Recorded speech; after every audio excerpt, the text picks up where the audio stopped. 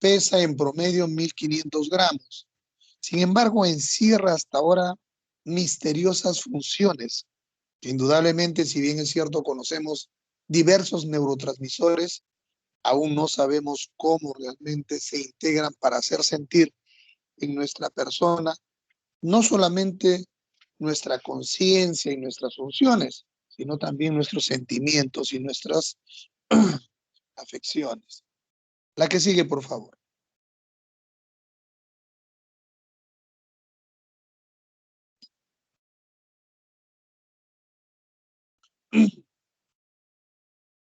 Muchas veces cuando llevamos el curso de neurología, presentamos este tipo de reacción, a lo cual nosotros, los docentes, le hemos puesto el nombre de neurofobia. Pero en los alumnos esto se manifiesta probablemente por diversas causas. Y una de ellas es, por ejemplo, una deficiente base neuroanatómica, fisiológica o incluso durante el aprendizaje de la semiología. El uso también de lenguajes o jergas o términos médicos que utilizamos lo hacen un poco ver con cierta dificultad al capítulo.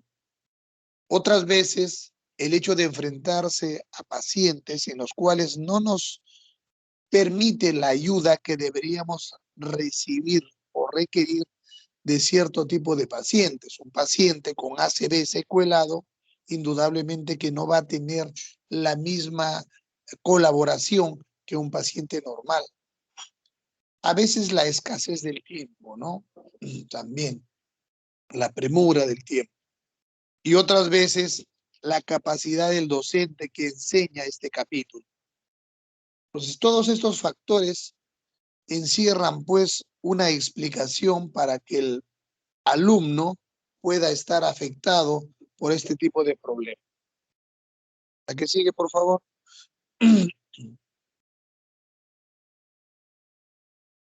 Se salteó una, me parece, doctor. En esta imagen nosotros observamos una serie, bueno, a un personaje de una serie médica de televisión muy conocida, ¿no? Al doctor House. Y en base a esto, ahora que estamos llevando semiología, debemos pues comportarnos con con ese ímpetu, con esa constancia, con esa necesidad de descubrir realmente lo que el paciente tiene, pero haciéndolo pues de forma ordenada, científica y sistematizada. La que sigue.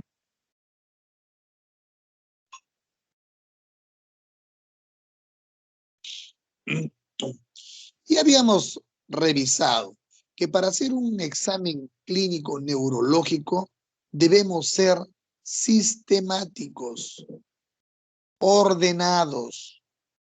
Es la única forma de poder lograr un diagnóstico correcto. Y entonces debemos hacer una valoración neurológica mediante este tipo de método que hemos descrito. Y en primer lugar, recuerdan ustedes ayer que les habíamos mencionado que deben hacer una relación de síntomas y signos, un diagnóstico de síntomas y signos y agrupar en ellos, en esos dos grupos, cuáles son los síntomas principales y cuáles son los signos principales. Y luego de ello, merced a esto, hacer el diagnóstico sindrómico y posteriormente el diagnóstico topográfico, tratando de pensar a qué nivel podría estar la lesión y como penúltimo paso, plantear las posibilidades nosológicas, el diagnóstico diferencial y al final tratar de establecer cuál es la causa que origina todas estas dolencias. Entonces, ante cualquier paciente, las preguntas que nosotros nos haríamos serían: ¿cuál es el sistema funcional que se encuentra afectado? ¿A qué nivel se encuentra afectado este sistema? ¿Cuál es su localización? ¿Y cuál es el mecanismo que está provocando este problema? La que sigue.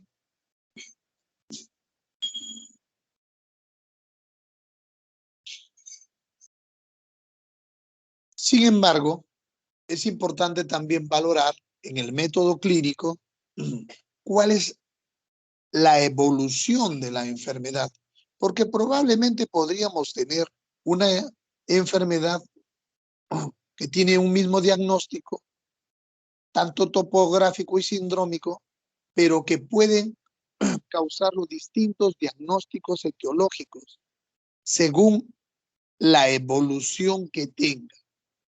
Y así podemos describirlo según su evolución, que podría ser agudo, subagudo o crónico, dependiendo del tiempo de enfermedad, ¿no? Entonces, una vez que nosotros hemos determinado si es agudo, subagudo o crónico, podremos entonces también, merced a valorar si la lesión es focal o difusa, poder unir estos dos parámetros para poder plantear algún diagnóstico, ¿no? Cuando nosotros localizamos la lesión anatómicamente, la podríamos definir de acuerdo a la naturaleza de la lesión, en que podría ser vascular, degenerativa, inflamatoria, inmunológica, neoplásica, tóxico-metabólica, traumática e incluso congénita o que se presenta durante el desarrollo. Pero este conjunto, digamos, de tipos de lesión pueden ser agrupados de acuerdo a su localización. Veamos el cuadro que está en la parte superior externa derecha. En ella, por ejemplo, nosotros decimos, ¿cuál podría ser la etiología de un problema agudo, pero que se manifiesta de forma focal? Recuerden ustedes, por ejemplo, los accidentes cerebrovasculares. Ocurren súbitamente y tienen un territorio cerebral focalizado. Entonces, en ese caso hay que pensar que podría ser un problema vascular, ya sea de tipo isquémico o hemorrágico, ¿no? ¿Cuál podría ser la etiología de un problema subagudo y que se manifiesta también de forma focal? Entonces ahí tendríamos que suponer o pensar la posibilidad de un problema inflamatorio como un absceso o una mielitis. ¿Cuál podría ser la etiología de un problema crónico a nivel neurológico, pero que tiene una manifestación focal? En ese caso, los procesos expansivos, las neoplasias. De igual forma, podemos nosotros orientar nuestro diagnóstico haciendo la asociación de un problema agudo, se presenta de un momento a otro, pero que tiene un compromiso neurológico difuso. Entonces, también podríamos pensar que podría ser vascular, pero en este caso, una hemorragia subaranoidea o una anoxia o isquemia global.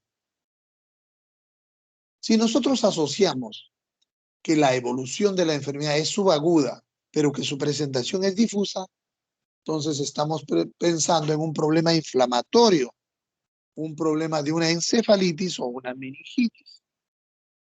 Si vemos que el problema es crónico y también difuso, entonces esto más nos orienta a pensar en una etiología degenerativa en el paciente. Lo que no deben olvidar, doctores, es que el diagnóstico correcto, hasta en el 85% de los casos, lo va a determinar el que ustedes hagan una adecuada historia clínica. El 85% del diagnóstico, ustedes lo elucubran haciendo la anamnesis. Ya están pensando en cuál podrían ser los diagnósticos. El 10% restante lo van a encontrar explorando o examinando al paciente, corroborando sus presunciones diagnósticas que tienen en el cerebro. Hasta ahí ya tienen el 95% del diagnóstico. Y el 5% restante, ustedes lo van a realizar corroborando todo esto con las pruebas complementarias que van a solicitar.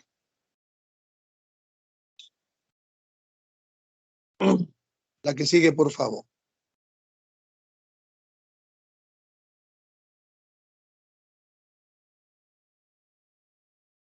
Nuevamente, volviendo a recalcarles, el examen neurológico tiene que ser ordenado, sistematizado, con la finalidad de que no se le escape ningún tipo de alteración en la evaluación del paciente. Entonces, cuando nosotros hacemos el examen neurológico, empezamos generalmente por el nivel de conciencia, el estado de lenguaje, el estado mental y de cómo está el lenguaje en el paciente. Y de ahí evaluamos las funciones corticales, los pares craneales, el sistema motor, la sensibilidad, los reflejos, la coordinación, la estática y la marcha. Ese examen que nosotros hacemos debe ser completo, ordenado, integrado. Muchas veces este tipo de examen va a requerir de utilizar cierto material especial, como por ejemplo el martillo de reflejos, ¿no? O va a requerir utilizar otro instrumento comúnmente utilizado por los neurólogos, como es el diapasón. Otras veces vamos a requerir utilizar algunas cartillas como las de Snellen que utilizan frecuentemente los oftalmólogos, o un pantoscopio que nos permita hacer una fundoscopía, un fondo de ojo en el paciente. Entonces, este material, si alguno de ustedes probablemente define ser neurólogo, probablemente va a tener que tenerlo siempre a la mano. La que sigue.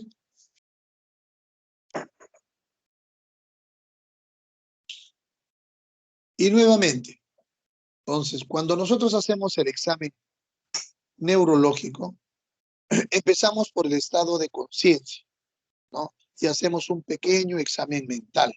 Y dentro del estado de conciencia, lo que nosotros debemos evaluar es la vigilia, en primer lugar, la atención del paciente, su orientación, tanto en tiempo, espacio y persona, cómo está su lenguaje, evaluaremos la memoria, evaluaremos sus movimientos con la praxia, cómo está la praxia, sus funciones cognitivas superiores, si existe o no algún trastorno visoespacial, evaluaremos la somestesia y la somatognosia del paciente y por último, las alteraciones de la percepción visual.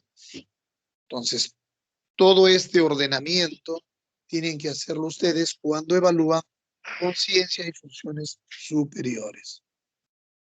La que sigue, por favor.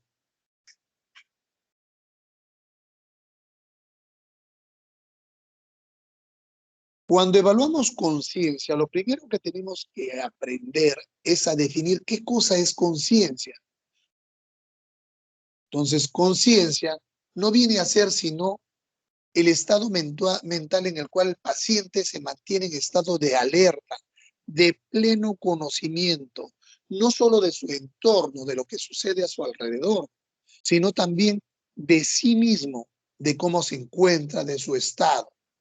Entonces, muchas veces podemos estar en este momento, por ejemplo, algunos de ustedes podrían estar conscientes, podrían estar atentos a lo que uno se está hablando y otros, sin embargo, podrían estar despiertos, pero no estar conscientes de lo que estamos conversando en este momento y están pensando en otras cosas, ¿no? Para que el paciente, para que la persona mantenga su estado de alerta con pleno conocimiento de sí mismo y de su entorno, va a requerir de que las estructuras anatómicas del cerebro estén indemnes y estén involucradas, ¿no? Y para este estado de conciencia participa el sistema activador reticular ascendente. La que sigue.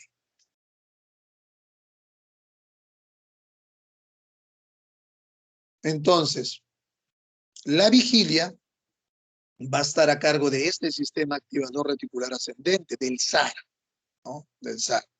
Por lo tanto, esto tiene que estar indemne, tiene que estar íntegro para que de esa forma se encuentre también funcional y anatómicamente íntegra todo nuestro funcionamiento cerebral. Y el paciente esté alerta, despierta y con un adecuado nivel de atención. La que sigue.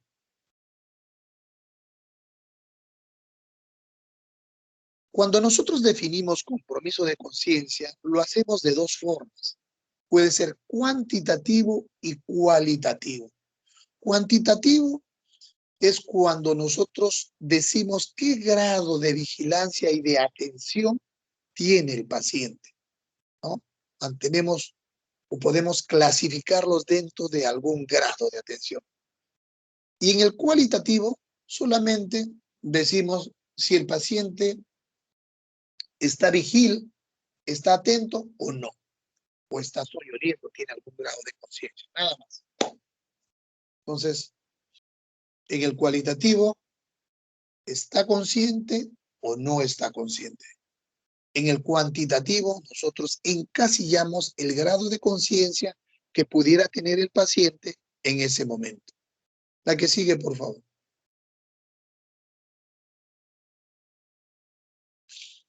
Entonces, cuantitativamente podemos dividir el estado de conciencia en 5 tipos. Alerta o despierto, confusión u obnubilación, soñolencia o letargo, estupor y coma. 5 estados de conciencia, ¿no? A ver, un paciente está alerta o despierto cuando lógicamente tiene los ojos abiertos, ustedes conversan con él, les responde adecuadamente, interactúa con ustedes, conversa de forma coherente, ¿no? Un paciente está confuso u obnubilado cuando está despierto, pero tiene una capacidad de atención disminuida. De repente alguno de ustedes ha visto un paciente con encefalopatía hepática. El paciente se torna bradisíquico, lento, y cuando quiere responder las preguntas lo hace de forma inadecuada, a veces confusa, ¿no? Entonces ustedes, por ejemplo, a un paciente cirrótico que tiene un grado de encefalopatía 2, le preguntan algo y se pone a pensar lentamente para poder responder, e incluso puede responder de forma inadecuada. Le pueden preguntar a ustedes, señor, ¿cómo se siente usted? Él los mira fijamente, lo vemos que trata de integrar su pensamiento y cuando les responde otra cosa. No, sí, no tengo frío, ¿no? Entonces, ese es un paciente confundido u obnubilado. La tercera fase es la fase de soñolencia o letargo, o el otro estado, en el cual el paciente generalmente tiende a quedarse dormido, tiende al sueño, pero para despertarlo utilizamos nosotros un estímulo ya sea verbal o táctil leve. Entonces, el paciente está durmiendo y nosotros nos acercamos y le decimos, señor, buenos días. Y él abre los ojos, ¿no? ¿Cómo se siente usted? O de repente no escucha y lo tocamos un poquito y se despierta. Pero cuando queremos seguir entrevistándolo y preguntándole su nombre, su edad, su lugar de nacimiento, su lugar de procedencia, vemos que el paciente tiende al sueño. Nuevamente lo estimulamos con un pequeño estímulo verbal o táctil y nuevamente se despierta. A ese estado del nivel de conciencia o a este nivel de conciencia le decimos soñolencia o letargo, ¿ya? Si el paciente está más comprometido, el paciente tiene los ojos cerrados, pero no despierta el estímulo leve y solo va a responder de alguna forma cuando el estímulo es muy intenso o doloroso. Solo allí obtenemos algún tipo de respuesta. Cuando el paciente está en este nivel, hablamos de estupor. ¿Ya? Si el paciente, a pesar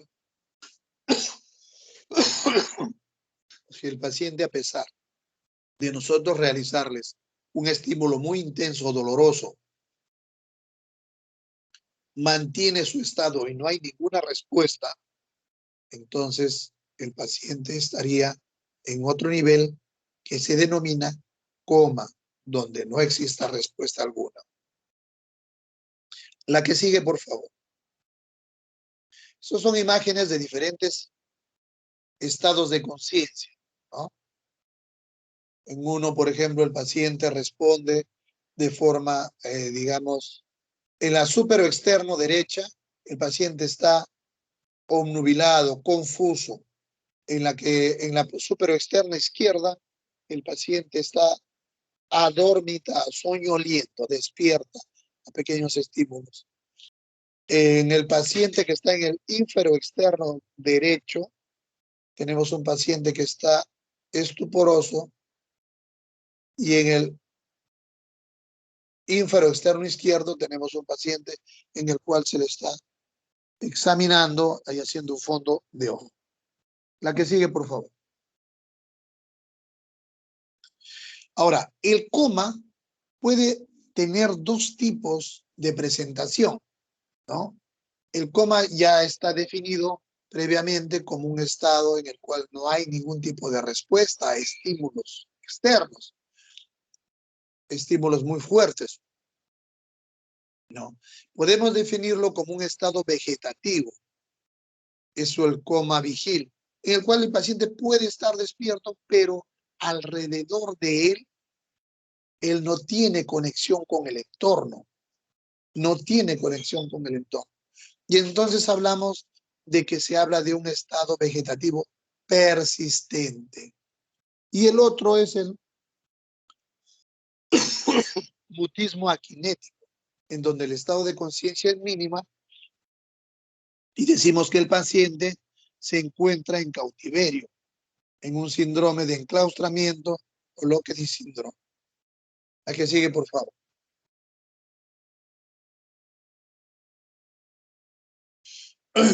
Muy bien.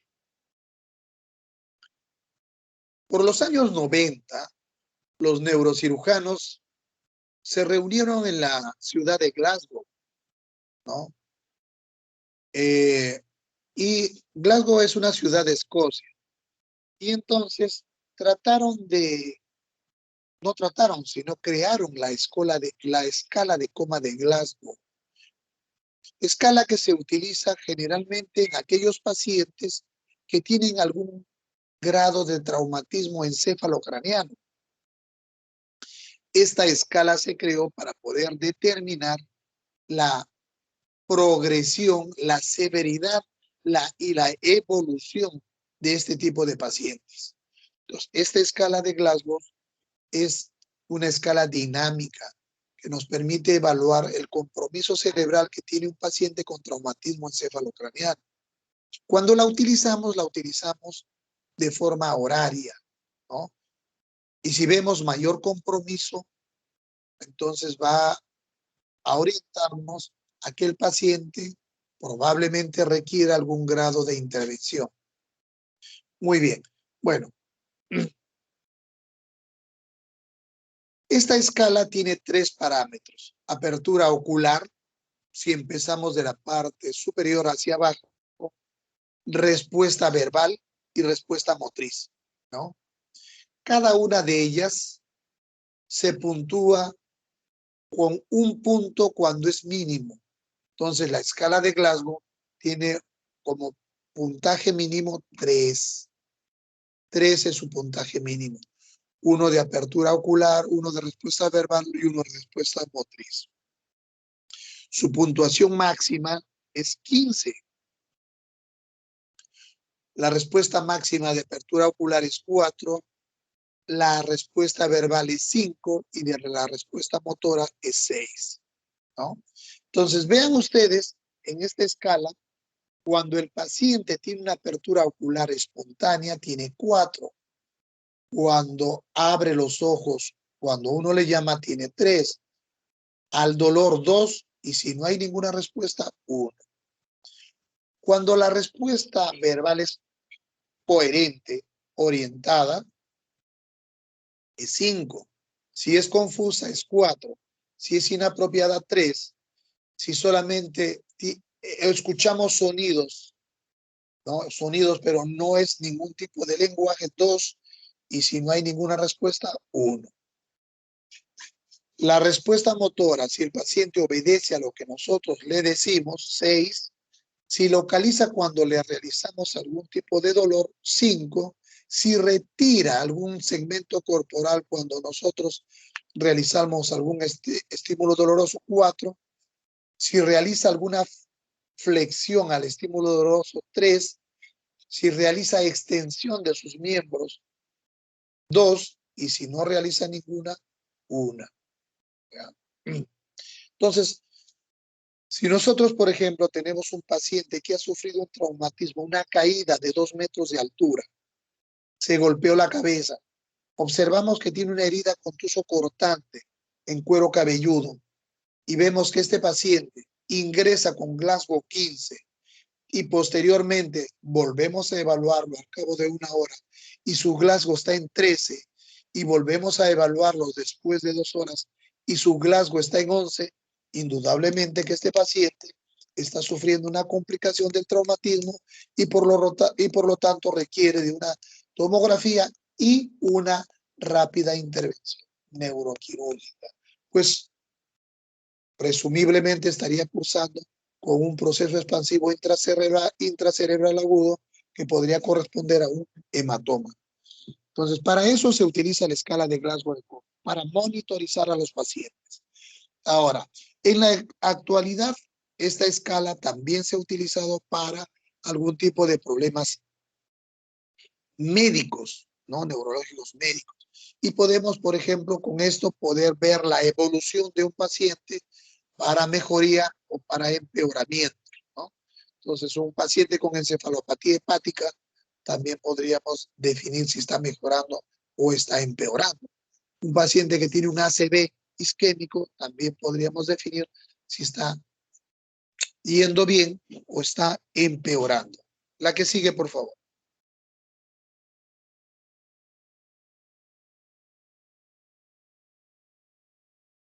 La que sigue.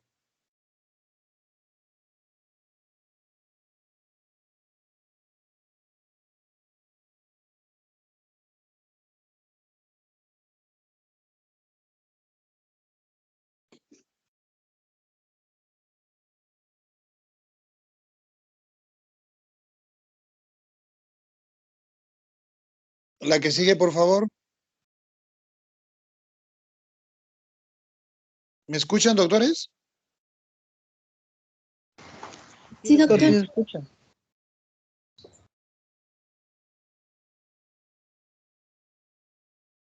Se congeló en escala de Glasgow.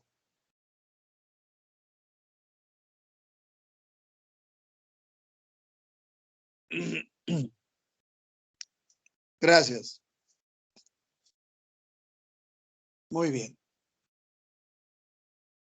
Así como hemos visto el estado de conciencia, el nivel del estado de conciencia o el nivel de conciencia, nosotros también tenemos que evaluar las funciones cerebrales superiores. Estas funciones se llevan a cabo a nivel de la corteza cerebral, en el nivel más alto que tenemos de nuestro desarrollo cerebral, ¿no?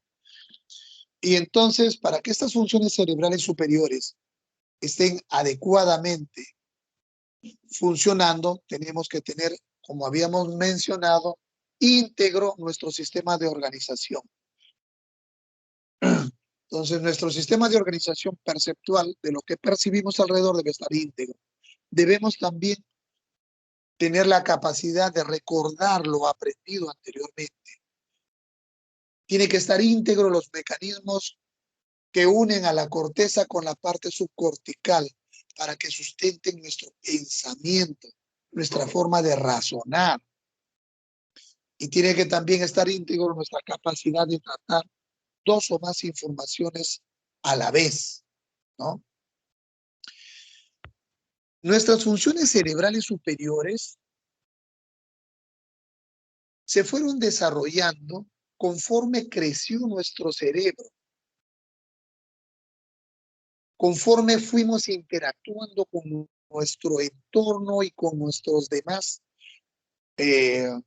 entes alrededor nuestro.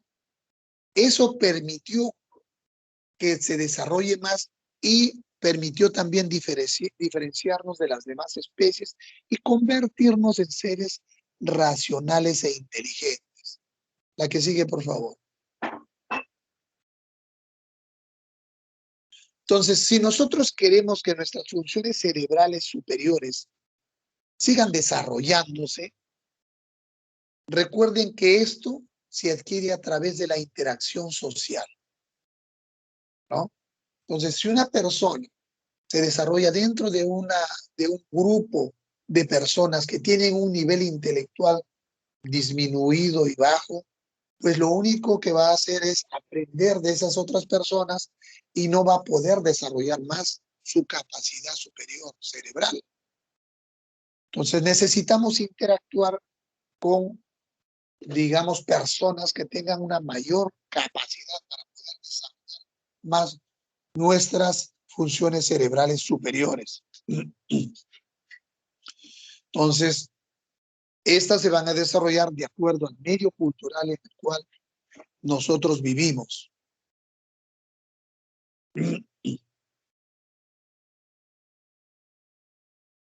La que sigue, por favor. En estas imágenes ustedes van a ver, por ejemplo, que nosotros tenemos capacidades funcionales cerebrales superiores y capacidades cerebrales inferiores. Por ejemplo, cuando un niño llora, simplemente está llorando en respuesta a algo, en respuesta a algo. Pues podría ser, por ejemplo, porque le duele alguna parte de su cuerpo. Y en ese caso, como es una reacción, es una función mental inferior, ¿no? Sin embargo, en la parte inferior ven ustedes a un niño que está tiradito en el suelo, haciendo una pataleta. Esto ya es una función mental superior porque el niño está tratando de llamar la atención de los demás, está interactuando con los demás con el fin de tratar de conseguir algo. Esto es una función mental superior. La que sigue, por favor. Y esto es para mostrarles las diferentes áreas de nuestro cerebro, en el cual nosotros vemos que nuestro cerebro, de acuerdo a sus áreas, van a tener determinadas funciones, funciones motoras, funciones sensitivas, funciones de comprensión para el lenguaje, funciones de expresión para el lenguaje, funciones de la visión, y cada área de nuestro cerebro tiene determinada función. La que sigue, por favor.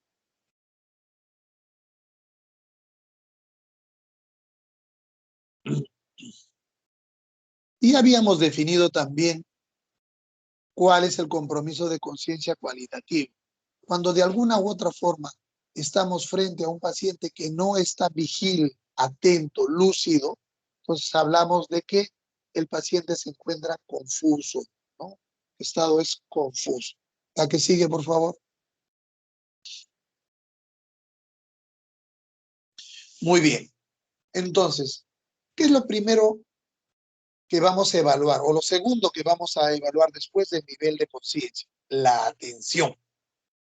Desde que el paciente ingresa, nosotros vamos a observar en él cómo está su atención, cómo mira, cómo reconoce el lugar, ¿no? Entonces, la atención es una función que tiene nuestro cerebro, ¿no? Y que nos permite distinguir con precisión del resto, ¿no? Del resto de las personas que están a nuestro alrededor. La que sigue. Entonces, cuando el paciente, por ejemplo, se presenta, nosotros lo vemos, lo vamos a ver, ingresa, lo primero que hace es mirarnos, reconocer el entorno, está atento, mira qué cosa tenemos, ¿no? Entonces, desde allí Ya vemos que el paciente está atento a su entorno y a nosotros mismos. Le pedimos qué se siente y luego le decimos y lo evaluamos de acuerdo al grado sociocultural que más o menos pudiéramos detectar que tiene el paciente, ¿no? Y por ejemplo, le pedimos, repita usted una serie de dígitos para ver si el paciente está atento o no. Si vemos que el paciente, por ejemplo, sabe contar, no es analfabeto, le pediríamos que cuente de 3 en 3 de forma regresiva desde 20. A ver, señor, por favor, cuente usted de forma regresiva de 20, 20, 17, 14, 11, 8 y así sucesivamente hasta 0, ¿no? O podríamos decirle que de forma invertida nos mencione los días de la semana o los meses del año, ¿no? A ver, díganos usted cuáles son los días de la semana. Lunes, martes, miércoles, jueves, viernes, sábado y domingo. Ahora hágalo de forma invertida. Domingo, sábado, viernes, jueves, miércoles, martes, lunes. Muy bien. Dígame los meses del año. Enero, febrero hasta diciembre. Ahora de forma invertida. Entonces, ahí vamos a ver su capacidad de atención, ¿no?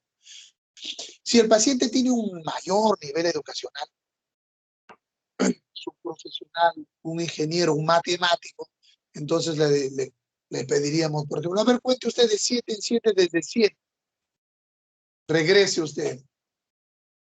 100, 93 y así sucesivamente hasta terminar, ¿no? Entonces, cuando nosotros vemos que la atención está disminuida en los pacientes encefalopáticos, por ejemplo, vamos a observar que este tipo de ejercicio no puede hacer y la atención está disminuida. La que sigue.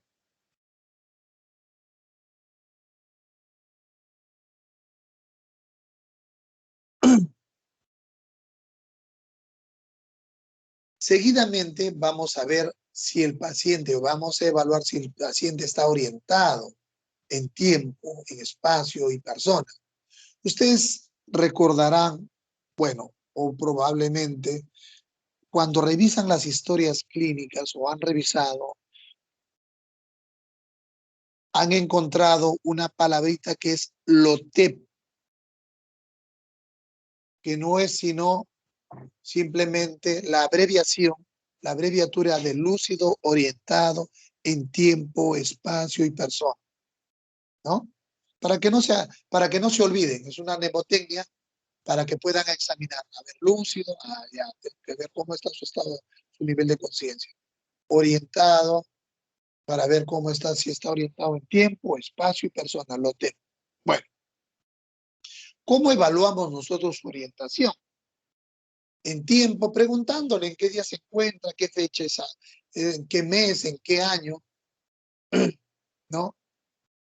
Espacio donde se encuentra en este momento, si está en su casa, si está en el consultorio, en qué distrito, en qué zona, ¿no? Y persona, cómo se llama, su nombre completo, su edad. Entonces, muchas veces un paciente pues que tiene un bajo nivel cultural puede desconocer el año. Entonces, tendría que cambiar ustedes de pregunta, ¿no? De pregunta y simplemente verificar de que no haya ningún tipo de alteración patológica. En la orientación espacial habíamos dicho que donde se encuentra, en qué barrio, ciudad. Acá también podríamos agregar el reconocimiento de las personas, ¿no? Con quién vive, quiénes son sus acompañantes, y en fin. Pero la idea es que ustedes en este caso evalúen orientación en tiempo, espacio y persona. Tiempo, fechas, espacio donde se encuentra y personas, quién es él o quiénes lo acompañan. La que sigue.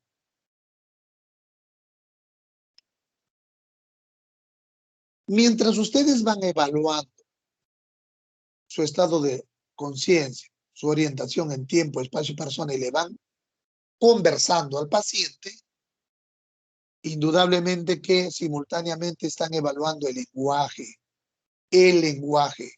¿no? Y en el lenguaje, ustedes tienen que tratar de que el lenguaje normal es un lenguaje fluido, coherente y bien articulado. Entonces, lo que se trata es de buscar si hay alteraciones del habla, ¿no? Si hay alteraciones del habla. Entonces, cuando hay alteraciones del habla, lo que nosotros estamos haciendo es evidenciando que hay algún tipo de disartria, cuando hay alteración en la articulación de la palabra o alteraciones propias del lenguaje, ¿no? Entonces, las alteraciones del habla se conocen como disartrias y son provocadas por un problema motor, por problemas musculares que no permiten al paciente poder articular bien el lenguaje, ¿ya? Este trastorno motor, cuando es secundario a un problema piramidal, entonces vamos a encontrar que el habla del paciente se torna espástica. Cuando hay una alteración de segunda neurona, motoneurona, el habla es hipotónica. Cuando la articulación de la palabra es secundaria a un problema cerebeloso, el habla es escándida. Y si la afección de la vía es extrapiramidal, el habla es hipoquinética. Estamos hablando de alteraciones de la articulación de la palabra. Si la articulación de la palabra es normal, pero encontramos que hay una alteración en el tono de la voz, entonces hablamos de disfonía. Ya no hablamos de disartria, sino de disfonía. Como por ejemplo sucede cuando uno habla mucho, cuando gritó mucho, cuando tiene un problema de la laringitis o de las cuerdas vocales.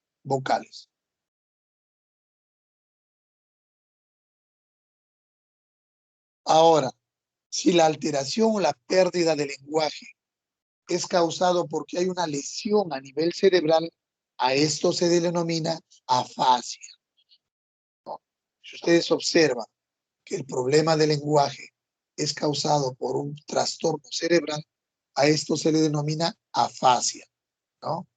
El cual se debe diferenciar de los desarrollos o trastornos congénitos que pueden presentar algunos pacientes por falta de desarrollo de su lenguaje, ¿no? Paciente que nace normal, pero que tiene trastornos del lenguaje y no se desarrolló bien. Entonces hablamos de disfasia, ¿ya? La que sigue, por favor. Y cuando hablamos de afasia, que es la simbolia del lenguaje, los tipos más frecuentes son la afasia total o global, la afasia de expresión o de Broca, la de compresión o de Wernicke y la afasia nominativa. La que sigue, por favor. Observen ustedes en las zonas marcadas con azul, en esas zonas se encuentran las áreas de comprensión de lenguaje o área de Wernicke, ¿no? En el óvulo temporal y la de Broca en el óvulo frontal. La que sigue.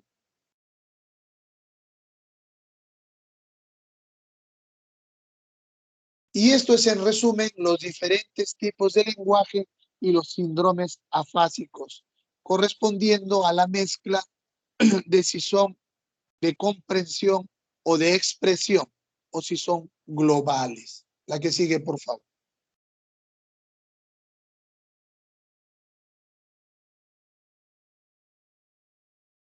Muy bien. Entonces, una vez terminado de evaluar lenguaje, nosotros evaluamos memoria, ¿no? Habíamos mencionado en un inicio que la memoria es definida como la capacidad para poder almacenar y recordar la información. Todo lo que nosotros vamos viviendo como experiencias, lo vamos aprendiendo y lo vamos almacenando en nuestro cerebro. A eso se le denomina memoria, ¿no? A la capacidad que tenemos para recordar la información que estamos almacenando, ¿no? Y entonces, acá vamos a revisar tres tipos de memoria. La memoria inmediata, generalmente no requiere aprendizaje, sino solamente registro y evocación de un estímulo, ¿no? No requiere aprendizaje, ni tampoco almacenaje. Por ejemplo, pásame esa botella de agua. Ustedes ven la botella de agua, toma la botella de agua. Pásame ese vaso. Ven el vaso, se lo pasa. Es la memoria inmediata. La memoria de corto plazo. Entonces, esto sí es lo que nosotros vamos a tratar de evaluar. La de corto plazo y la memoria de largo plazo. En la memoria de corto plazo, una vez que el paciente se sentó a conversar con nosotros, nosotros le planteamos y le decimos, señor, le voy a dejar para que recuerde tres objetos. Siempre tienen que ser diferentes los objetos. Puedo decirle, por ejemplo, recuerde usted, por favor, esos tres objetos. Cuchara, mochila y silla. Perfecto. Trate de recordarlos porque después de unos minutos le voy a volver a repetir. Mientras seguimos con la conversa y le preguntamos que nos platique, ¿no? ¿Usted de qué parte es? Yo soy, ¿no es usted de Lima? No, no soy de Lima, soy de provincia. ¿De dónde proviene? ¿Dónde vive? Vivo en Chipote. ¿Usted se crió ahí? Sí. ¿Y quiénes son sus padres? ¿Usted se acuerda del barrio donde vivió? ¿Quiénes fueron sus mejores amigos? ¿En qué colegio, en qué escuela estudió? ¿En qué colegio se desarrolló? ¿Quiénes fueron sus amigos? Y así sucesivamente van preguntando. Cuando se enfrenten a un paciente de edad avanzada, van a observar ustedes que esta memoria la tienen muy bien desarrollada y pueden contarle a lujo de detalle todas sus experiencias anteriores y todos sus recuerdos. Pasados 5 o 10 minutos, ustedes van a preguntarle nuevamente, señor, ahora repítame usted los tres objetos que le dije que se graben. Y entonces el paciente tiene que recordar los tres objetos que le dijimos que se grabe, que en este caso eran cuchara, mochila y silla, ¿no? Si lo recuerda, está bien su memoria de corto plazo. De esa forma nosotros evaluamos memoria. La que sigue, por favor. Recuerden ustedes que para la memoria hay fases. Para la memoria necesitamos una fase de aprendizaje en el cual nosotros recibimos y registramos todo lo que nos informa nuestros sentidos. Posteriormente a ello, codificamos todos los procesos, consolidamos, olvidamos lo que debemos olvidar y almacenamos. Y posteriormente, cuando lo requerimos, evocamos y recordamos. La que sigue. Muy bien, nuevamente, para recalcarles que hay que explorar la memoria inmediata, la reciente y la remota. La que sigue, por favor.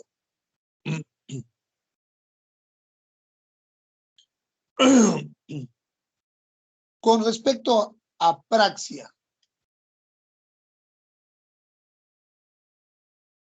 praxia es nuestra capacidad que tenemos para realizar movimientos voluntarios. Y esto se realiza a nivel cerebral, a nivel de la corteza cerebral, ¿no? Entonces, esta capacidad para realizar movimientos puede ser alterada por una lesión a nivel cortical, a nivel motor, sensitivo, ¿no? Entonces, requiere que esté indemne todas nuestras funciones, motora, sensitivo, lenguaje, y, y que no haya ningún tipo de alteración, como por ejemplo un paciente que esté confuso no nos va a entender. Entonces, para poder ordenar y evaluar esta capacidad, necesitamos que el paciente tenga íntegro todas esas funciones. Nosotros cuando evaluamos praxia, por ejemplo, muchas veces lo podemos hacer de forma verbal, a la orden, y le ordenamos, levante el brazo, por favor, levante el brazo. Ahora el otro brazo, el otro. Simule usted que está peinándose. Lo hacemos que simula que está peinándose. O bien, de repente no nos puede entender porque tiene una lesión a nivel cerebral, pero por orden. Pero sin embargo podemos hacer que haga por imitación, ¿no? Y le decimos, a ver, que nosotros nos ponemos frente a él y nos comenzamos a peinar y él también tiene que tratar de hacer lo mismo, ¿no? O soplamos y que él nos remedie, o protruimos la lengua. Entonces, hacemos actos que él pueda, digamos, imitar. Cuando el paciente tiene una alteración a nivel frontal, este tipo de pruebas se alteran y no puede realizarlas. Entonces, de esta forma estamos evaluando la capacidad para realizar movimientos voluntarios, a lo que se denomina praxia.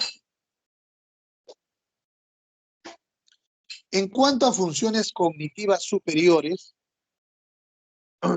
acá lo que vamos a evaluar es qué tan desarrollado tiene el paciente su capacidad para resolver problemas, para plantear un juicio, para planificar alguna cosa. De igual forma que el anterior, para que poder realizar todas estas tareas, se requiere pues que el cerebro esté funcionando de forma adecuada, ¿no? De forma adecuada, ¿no? Por ejemplo, le decimos al paciente, a ver, señor, interprete un refrán, un proverbio. ¿Qué significa para usted decir a quien madruga Dios le ayuda? Entonces le preguntamos eso y que trate de interpretar qué es lo que significa eso para él. A ver qué respuesta nos da, ¿no? O de repente le hacemos un cálculo, ¿no? Va a depender lógicamente de su nivel sociocultural que tenga, de su nivel de educación. Entonces, le podremos hacer una suma, una resta, cómo maneja el dinero. Si es un paciente que tiene un nivel de educación mayor, podremos ponerle pues una prueba aritmética un poco más compleja, ¿no? O por ejemplo, decirle que nombre una serie de objetos o animales de forma muy rápida, ¿no? En un minuto que nombre 10 objetos, todos de la misma serie, animal, eh, electrodomésticos, caseros, en fin, ¿no? Entonces, de esa forma nosotros también vamos a evaluar sus funciones cognitivas superiores. Entonces, cuando evaluamos funciones cognitivas superiores, tenemos que hacer pruebas de interpretación, pruebas de cálculo y pruebas de serie de palabras. Las tres cosas. La que sigue, por favor.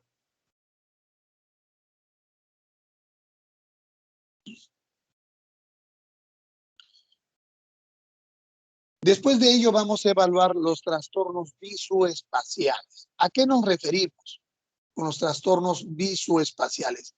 Para saber si el paciente tiene o no una adecuada percepción de su entorno, ¿no? Generalmente estos trastornos son secundarios a lesiones del hemisferio derecho. ¿Qué observamos en el paciente? Fundamentalmente observamos una falta de reconocimiento del hemiespacio contralateral a la lesión, ¿no? A esto se conoce como agnosia, que significa desconocer, ¿no? Entonces, el paciente desconoce lo que ocurre en un hemiespacio, generalmente el izquierdo, porque está alterado el hemisferio, generalmente el derecho, ¿no? Entonces, si ustedes ponen un grupo de personas enfrente del paciente, el paciente desconoce lo que ocurre a las personas que están en el lado izquierdo. Entonces solo va a mirar a los del lado derecho, como si las personas que estuvieran en el lado izquierdo no estuvieran presentes, porque tiene la lesión a nivel del hemisferio derecho. ¿La que sigue?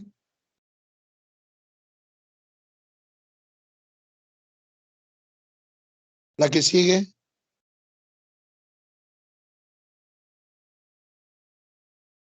Oh, la que sigue, doctora. A ver. Muy bien. Ahora vamos a evaluar somestesia y somatognosia. Cuando hay lesiones a nivel de la corteza parietal, se puede producir alteraciones de la somestesia, ¿no? La somestesia. ¿En qué consiste esto? Consiste en que cuando un paciente tiene indemne la sensibilidad primaria, sin embargo, el paciente no logra reconocer la localización táctil, la discriminación de puntos, entonces a eso se llama asomatognosia.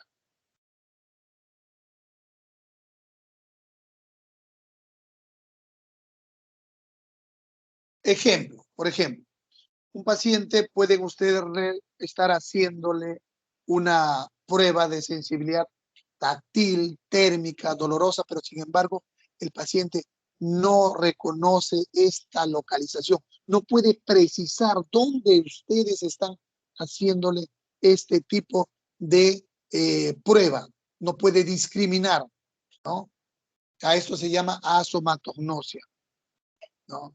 Si el paciente, por ejemplo, niega su enfermedad, él está hemipléjico, pero sin embargo se siente sano, eso se llama anosognosia, ¿ya? Entonces, cuando el paciente no reconoce la localización, a pesar de tener indemne su sensibilidad primaria, se llama asomatognosia. Si el paciente niega su enfermedad, anosognosia. ¿La que sigue?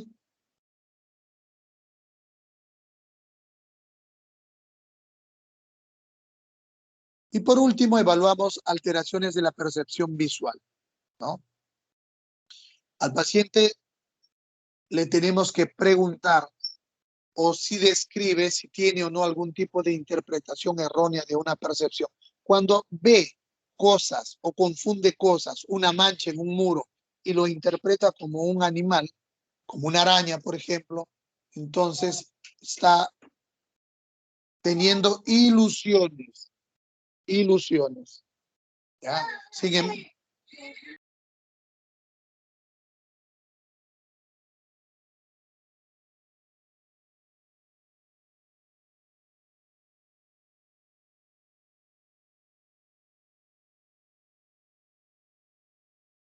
Entonces, cuando el paciente erróneamente tiene una equivocación al ver algo, se llama ilusión. Si percibe percepciones en ausencia de objetos o de estímulos, se llama alucinación. En otras oportunidades, el paciente, por ejemplo, puede conocer a una persona, pero no lo reconoce. O sea, ustedes comparten muchas veces con sus familiares, sin embargo, en algún momento no reconoce el paciente a sus familiares, a eso se llama prosopagnosia.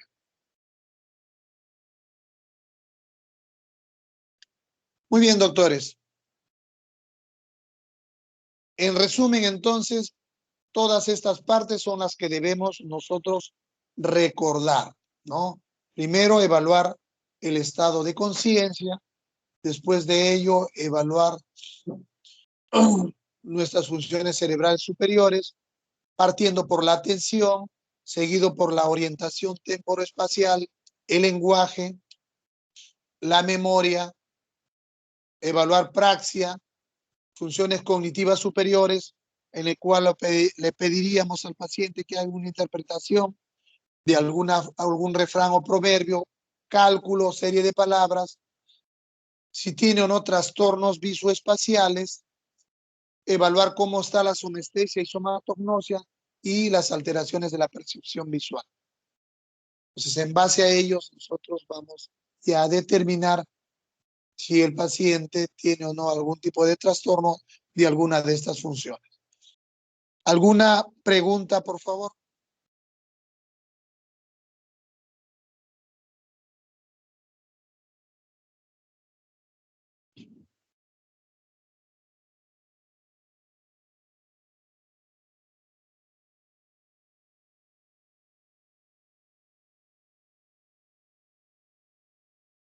Muy bien. Entonces, con mi grupo a las 9:30, doctores.